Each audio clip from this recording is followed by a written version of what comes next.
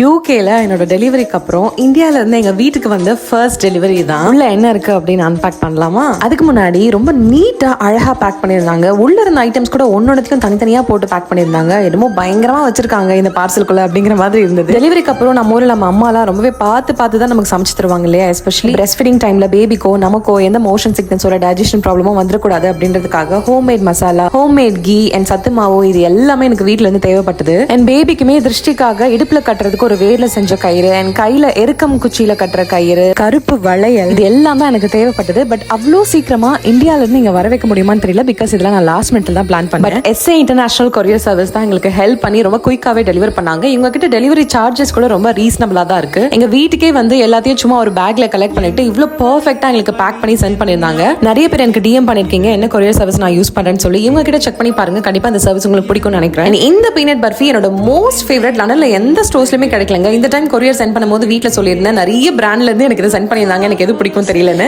S A international courier நான் take பண்ணிருக்கேன், check பண்ணி பாருங்க.